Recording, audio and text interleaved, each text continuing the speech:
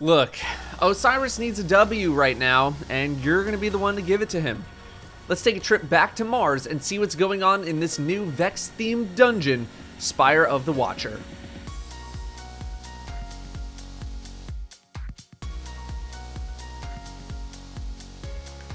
Before we begin, check out the timestamps at the end of the video for the locations of 6 secret Aramis recordings. Collecting all of these gives you a higher chance at getting the exotic. 5 of the 6 are found before the first encounter, with the final being immediately after the first encounter. The opener is going to show you the main mechanic of this dungeon, which is, for lack of a better term, power and cable management. These are in every encounter in this dungeon. While I show you the locations of these cables and power nodes for the opener, let's talk about this mechanic in depth, as it is how the first encounter works as well. All Minotaurs in this dungeon, called Conduit Minotaurs, when killed, will drop a pool on the ground. When you step in this, it gives the Arctrician buff to you, which lasts for 30 seconds. This buff enables you to activate power nodes spread out within the dungeon.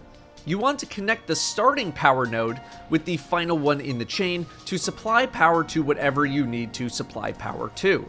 You power up a node by dealing damage to it while you have this Arctrician buff. Activating a node will also give you some time back on your buff timer. The highest amount of time you can have on this buff is 45 seconds. If the wires are yellow, which they will be for the opener in the first 2 encounters, you need to activate these nodes in a specific order. And if they're red wires, which they will be in the final encounter, you need to activate all of the nodes within a certain amount of time, but not in any particular order. There are also arrows on the power nodes to signify that this node is the first in the chain. The first one in the chain is always the same, there is no randomness here, they don't switch around, so I will just point out which nodes are the first in the chain going forward. When you trigger the starting power node, it'll light up with electricity and it will not turn off. You then need to follow the yellow wire to the next node and then shoot it. If done correctly, the wire will turn blue. If done incorrectly, nothing will happen. This generally means that there is a node before the one you shot that has no power going to it, so you need to find the correct one. Note that it is possible to shoot nodes in the incorrect order and have them work if you shoot them all very quickly, as they will stay active when shot for a very brief time. For example, if you have nodes 1 and 2 active and you shoot node 4 and then node 3 very quickly after, both should light up. This isn't really how I recommend doing it when learning, but it's just something to keep in mind in case you shoot the wrong one first. The game will try to trick you by having power cables go all over the place, crisscrossing over one another, so just be careful. Once you complete the opener, head through the platforming sections to get to the first encounter, but make sure to grab all of the collectibles. 1 through 5 are found after the opener but before the first encounter. Use the timestamps at the end of the video to find them.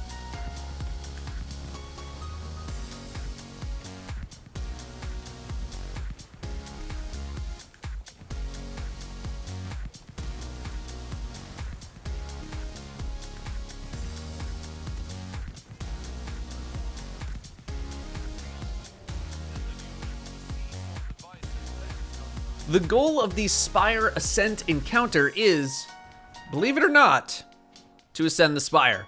In order to do this, you'll need to activate 2 elevators by connecting the power properly. Team composition here does not really matter too much. Survivability will be nice, but there are no bosses at all, so you can prioritize ad clear as much as you want, which ideally should be quite a lot.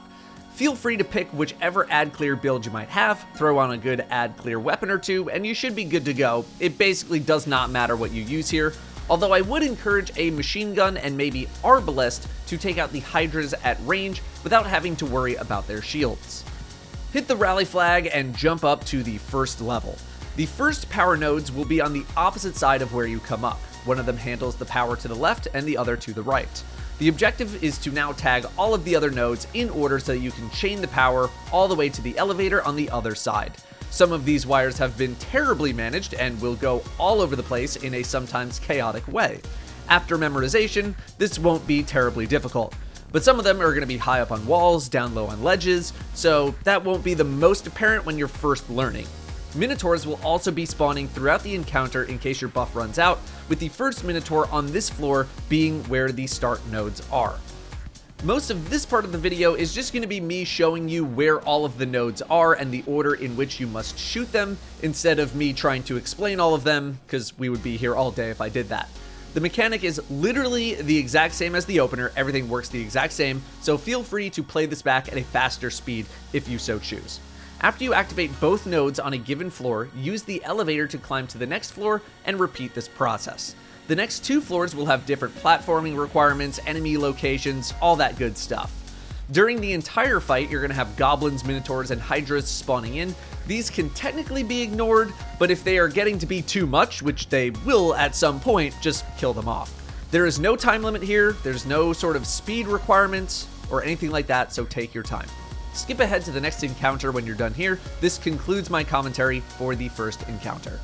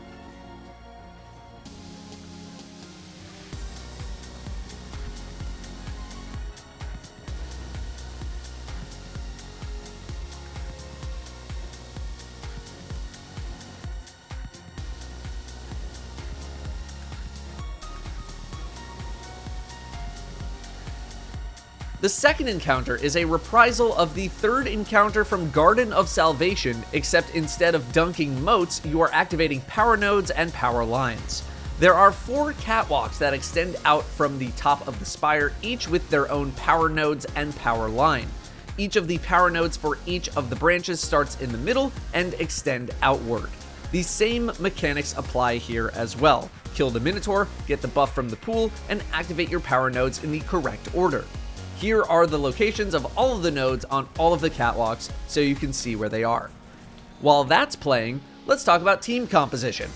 Damage phases are very short here, but the crit spot on the boss is also very small, so precision is key, and yet again, linear fusions are the play as of Season 19. Applying weakness is also very nice, but the boss will be mobile, so something like Shadow Shot will only provide weakness as long as the boss is within the radius of the tether. Wells and wards are always welcome. There is no reason not to use one if you have access to one. I went with Arbalest, a scout, and Cataclysmic. During this encounter, you will also have harpies and goblins spawning in basically non-stop. Simply kill these off if they happen to get into your way, which they undoubtedly will, including during damage phases.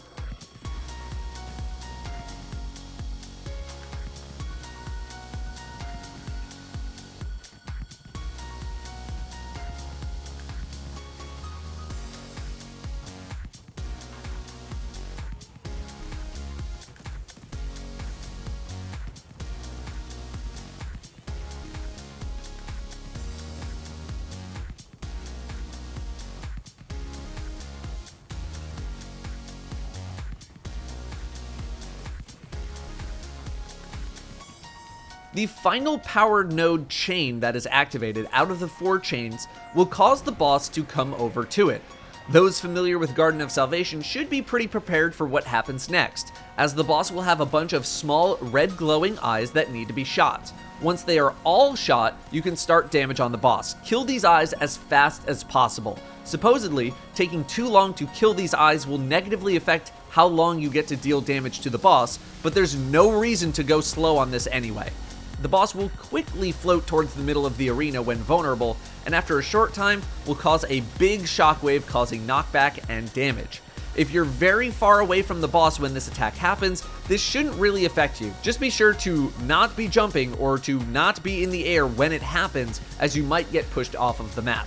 You can also avoid this attack by going out of line of sight of the boss. Just don't be near the boss when this attack happens. Let me just reiterate.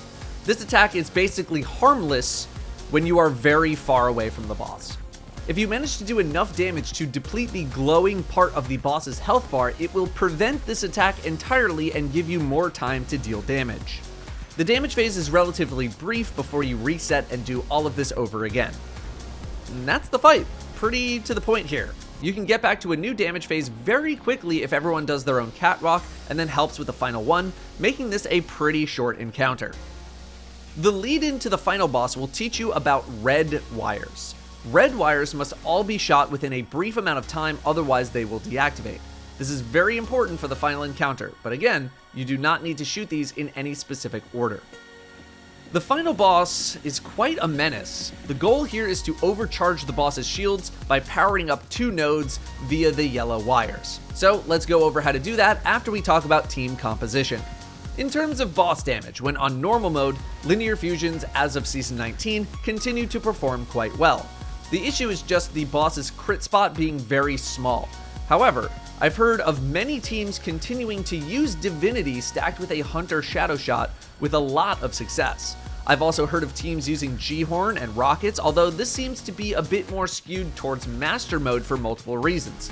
On normal mode, there are no champions, which means Lucent Finisher, a Season 19 artifact mod, doesn't really work here, which is where a lot of Master Mode players are getting tons of ammo for rockets. That being said, a fully optimized team with Font of Might, seasonal mods like Weakened Clear, Star Eater Scales Hunters, Starfire Protocol Warlocks, the whole 9, can do a massive chunk of damage to the boss via rockets on normal mode. This means you don't need to farm for as much ammo in between damage phases. It all just depends on how optimized your team is. If you don't feel confident in doing all that, then linear fusions will work. This is a boss that you're also going to want a ward or a well if you have it, simply because of how much damage the boss is capable of putting out during a damage phase, but also during non-damage phases. Stacking resilience and void resistance is going to be a major benefit to you as well against the boss. Things hurt pretty badly in here, and we're going to go over why later. A rock-solid primary weapon is also going to benefit you, and something like Funnel Web will work pretty well thanks to the void damage that it deals, which is good against Minotaur shields. In terms of builds, I highly recommend a Starfire Protocol build for Warlocks, as the damage phases are short here. The only negative about this build is that the boss will stagger a lot, making crits a little bit harder for your teammates to do if they aren't ready for it. Burst damage supers are also going to shine for all classes, and you should be able to farm them back between damage phases if you take a little bit of extra time. Otherwise, Titans and Hunters should spec for whatever will get you as much damage as possible in a short window. Hunters, Shadow Shot is going to obviously work here, Blade Barrage or Nighthawk Golden Gun works, whichever is better when you're watching this. Titans, Thunder Crush is a bit risky, timing will be tough, especially with the boss pumping out so much damage, but when in doubt, Ward of Dawn. When the fight starts, you'll be greeted by the boss, some goblins, and supplicant harpies. Yeah, the exploding ones. You'll also have 2 hydras that prevent progress on the encounter until they are killed, so be sure to kill them immediately. After they are killed, 2 minotaurs will spawn, one left and one right, and this is where you can start the mechanics of the encounter. First, you'll need to power up the main doorway. There are 5 targets to hit to open these doorways, 2 on the inside of the left pillars, 2 on the inside of the right pillars, and 1 smaller target on top of the central doorway. Again, these targets must all be shot while you have Arctrition and within a short amount of time. If you don't shoot them quick enough, they will all deactivate. After these doors open up, it is time to power the nodes via the yellow wires. You must do 2 of a possible 4 that are active in the encounter space. There are 2 on the left and 2 on the right. They could be 1 and 1. They could be both on one side, both on the other side. Just take a look. Important to note that the boss must be in the room with the power nodes before you complete the circuit on both of them. If the boss is not in that room, then you will lose the entire damage phase and will need to start over again. Fortunately, the boss roams pretty aggressively, so all you need to do is go into that room and the boss will definitely chase your team down. Once both nodes have been activated, the game will tell you to flee the room, which you should do. In the starting room, a brief time after you power up both nodes, about 10 to 15 seconds, the red wires will cut out. You need to reactivate them the same way you did earlier. Just shoot them all while you have the buff in order to overcharge the boss and make it vulnerable. If this happens, the boss will lose its shield and you can begin damage. It will, however, start slowly walking towards you and your team and will continue to attack you. It is a wyvern. It is a boss wyvern. This thing hurts pretty badly, so be careful. After the shields come back, the entire phase starts anew and you'll rinse repeat until the boss dies. This all sounds somewhat simple, and technically it is, especially once you memorize the cable patterns in the power room, as those are definitely more annoying to learn based on all the twists and turns that end up happening. The issue here is going to be ad clear and ad management. You see, these goblins and supplicants quite literally never stop spawning. You kill a wave, the next one's coming immediately. It did somewhat feel like there was a system in place where if you left something from the previous wave alive, the next wouldn't spawn in, but it wouldn't surprise me if that wasn't true, given how many ads were constantly spawning in this fight. Then you have the boss also constantly wandering towards where you are, pumping out tons of damage and just being a giant body block. It is not a great idea to stack up in this encounter at all, and this is so you can have maybe one person dealing with the boss while the 2 other players go do the mechanics. It's not the worst idea to have one dedicated ad clear person in this encounter. Just make sure you're capable of dealing damage to the boss as well when the time comes. Don't worry too much if you have a bad damage phase. Getting back to the damage phase can be very fast once you get the rhythm of this encounter down, maybe a minute or 2 tops. Here's an example of a full phase. That was so weird. Did we not activate it the first time? I thought I did. I guess I just missed. I thought I even saw like the lights going up and everything.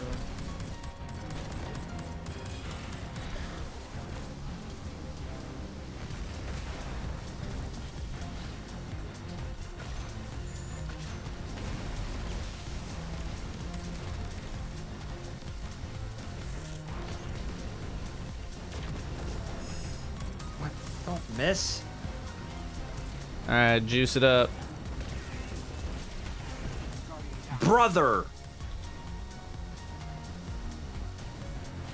Okay, what we got? What we got? 1 left, 1 right.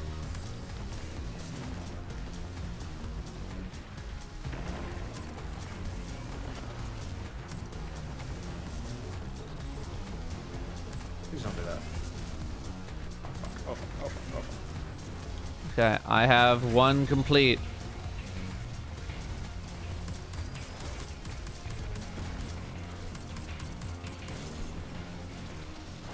Oh my god.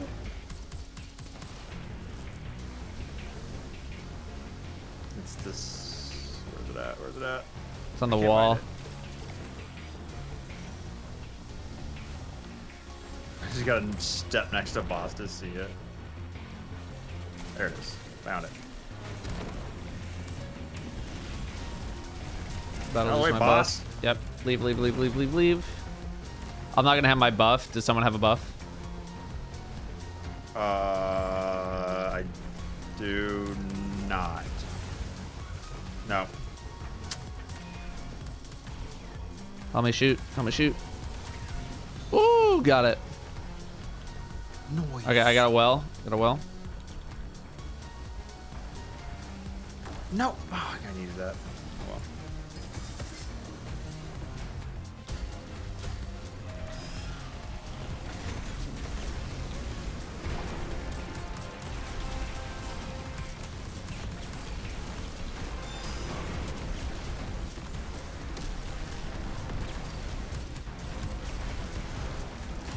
No, not again.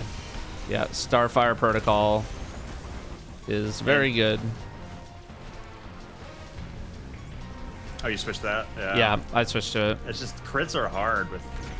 This dungeon is farmable in that you can continue to farm loot after your first run on a character in a given week. It just won't give you pinnacle level rewards after your first run.